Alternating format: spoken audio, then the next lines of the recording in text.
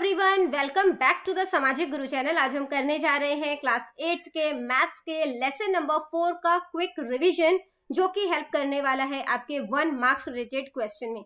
तो बिना देरी किए वीडियो स्टार्ट करते हैं, बट उससे पहले एक छोटे से रिक्वेस्ट, अगर चैनल पे नए आए हैं तो चैनल को फटाफट से सब्सक्राइब कर लो, क्योंकि यहाँ पर इस तरीके का हेल्पफुल कंटेंट अपलोड होता रहता है। तो चलिए बिना देरी किए वीडियो स्टार्ट करते हैं। तो सबसे पहले देख लेते हैं लोअर क्लास लिमिट क्या होता है। ठीक है, हम एक एग्जाम्पल लेते हैं, जैसे 800 to 810 आपको दिया गया है। ठीक है, तो यहाँ पर जो 800 है, ठीक है, वो क्या है हमारे पास, लोअर क्लास लिमिट। ठीक है, जबकि जो 810 है वो हमारे पास क्या है, अपर क्लास लिमिट। ठीक है, इसके बाद आ जाता है क्लास विड्थ या क्लास साइज। इसका क्या मतलब होता है कि इन दोनों के बीच में कितना डिफरेंस है। ठीक है, तो इसके लिए हमें जो अपर लिमिट है उसमें से लोअर लिमिट को माइनस करना होता है। ठीक है, तो यहाँ पर जब आप इसे माइनस करोगे तो 810 में से आपने 800 माइनस कर दिया, तो क्लास विड्थ या क्लास साइज जो है वो कितना आ गया, 10 आ गया। ठीक है, इसके बाद आ जाता है क्लास मार्क। क्लास मार्क क्या होता है, इसका फॉर्मूला होता है जिसमें कि आपने lower limit plus upper limit दोनों को प्लस करना होता है और 2 से डिवाइड करना होता है। ठीक है, तो इस केस में आपने 800, ठीक है, और जो 810 है दोनों को प्लस करके 2 से डिवाइड करोगे तो 800 800 1600 हो जाएगा, ये 1610 हो गया। ठीक है, इसको 2 से डिवाइड करोगे आप तो कितना हो जाएगा, 2 8 जा 16, फिर 0 आ जाएगा और यहाँ पे आ जाएगा 5, तो 805 जो है वो यहाँ पे क्या है, क्लास मार्क। इसके बाद आपको दो चीजें और ध्यान रखनी है इस चैप्टर से रिलेटेड। बार ग्राफ क्या होता है, जहां पर जो है वो बार्स बनते हैं। ठीक है, अलग अलग जो है इसमें बार्स होते हैं, जबकि जो हिस्टोग्राम होता है उसमें लाइंस जो है वो आपस में कनेक्टेड होती है। ठीक है, इसके बाद एक चीज और जो ध्यान रखनी है आपने, वो है जो कंप्लीट सेंट्रल एंगल है। ठीक है, कंप्लीट सेंट्रल एंगल का मेजरमेंट जो है सर्कल का, complete central angle at the centre of the circle. ठीक है, सर्कल के सेंटर में, सेंटर ऑफ द सर्कल, वो कितना होता है, तो वो होता है हमेशा 360 डिग्री। ठीक है, तो चलिए अब हम इसके एमसीक्यूज देख लेते हैं। अपर लिमिट इसमें कितनी है, अपर लिमिट ये वाली है। ठीक है, तो कितना है, 30, तो अपर लिमिट 30 हो गया। फिर हमें पूछा है क्लास मार्क, तो क्लास मार्क के लिए मैंने आपको यहाँ पर फॉर्मूला बताया है ना, जिसमें कि हमने लोअर लिमिट अपर लिमिट को प्लस करना है और 2 से डिवाइड करना है। तो यहाँ पे 100 प्लस 150 कितना हो जाएगा, 250, 250 को 2 से डिवाइड कर दोगे तो कितना हो जाएगा, 125। ठीक है, फिर क्लास साइज पूछा है, तो देखो क्लास साइज हमने कैसे निकाला था, upper limit minus lower limit. ठीक है, तो 60 में से 40 माइनस करोगे कितना आ जाएगा, 20। अगला क्वेश्चन है, the probability of getting a head in tossing of a coin is. अब जब एक सिक्का उछालोगे तो या तो हेड आएगा या टेल आएगा। ठीक है, तो कितनी प्रोबेबिलिटी आ सकती है, 2 प्रोबेबिलिटी है। ठीक है, तो यहाँ पे हमें क्या पूछा गया है, हेड आने के कितने चांसेस है। ठीक है, तो हेड आने के कितने चांसेस है, 2 प्रोबेबिलिटी बन रही है, उसमें से फेवरेबल जो मतलब की प्रोबेबिलिटी है वो सिर्फ 1 है ना, तो 1/2 इसका आंसर हो जाएगा। अगला क्वेश्चन है, the probability of getting an even number in throwing a die is.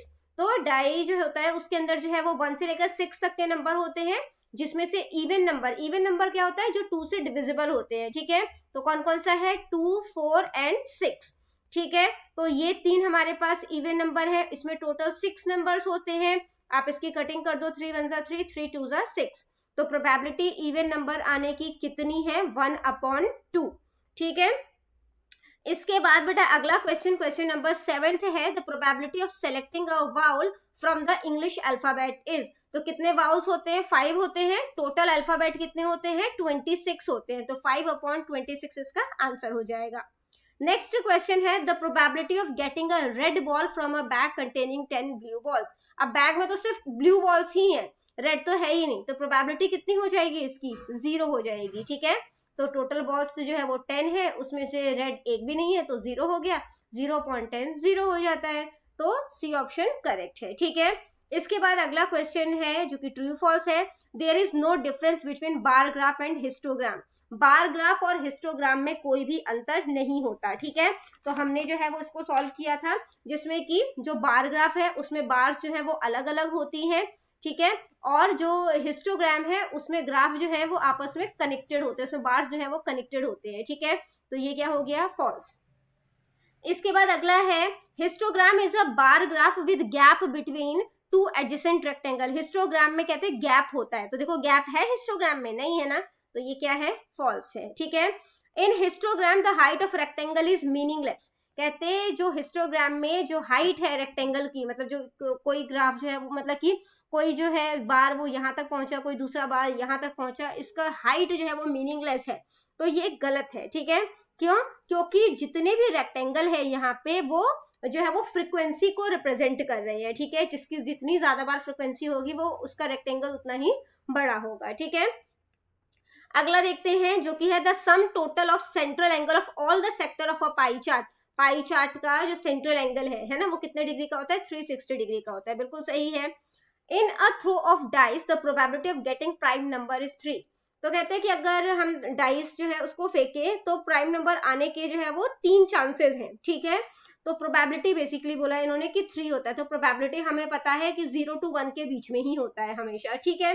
तो यहाँ पर देखो जो प्राइम नंबर है वो कौन कौन से है, 2, 3 एंड 5। प्राइम नंबर क्या होता है, जो दूसरों के टेबल में नहीं आते, ठीक है।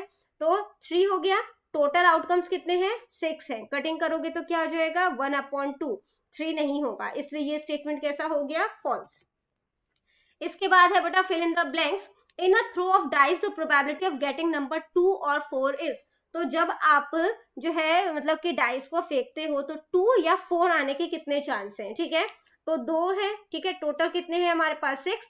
तो 2 और 4 ये दोनों नंबर या तो 2 आएगा या 4 आएगा, 2 चांसेस हो गए हमारे पास, तो 2/6 हो गया, कटिंग करोगे तो क्या हो जाएगा, 1/3। तो आंसर हो गया 1/3। अगला है फॉर क्लास इंटरवल। इसमें लोअर क्लास लिमिट आपने बताना है, तो लोअर क्लास लिमिट पहला नंबर है, सबसे छोटा नंबर, तो वो 10 है। द न्यूमेरिकल वैल्यू फॉर टेलीमार्क, इस तरीके से अगर आपको शो किया गया है तो इसका न्यूमेरिकल वैल्यू क्या है, 4। The pie chart, in pie chart the sum total of central angle of all the sector is. तो कितना होता है, 360 डिग्री, ठीक है। तो बच्चों ये वीडियो हो जाती है हमारी यहीं पे खत्म। इनकेस आपको कोई भी डाउट है तो कमेंट सेक्शन में क्वेश्चन कीजिए, रिप्लाई करने की पूरी कोशिश करूंगी। Thank you very much and all the best for your exams, bye bye.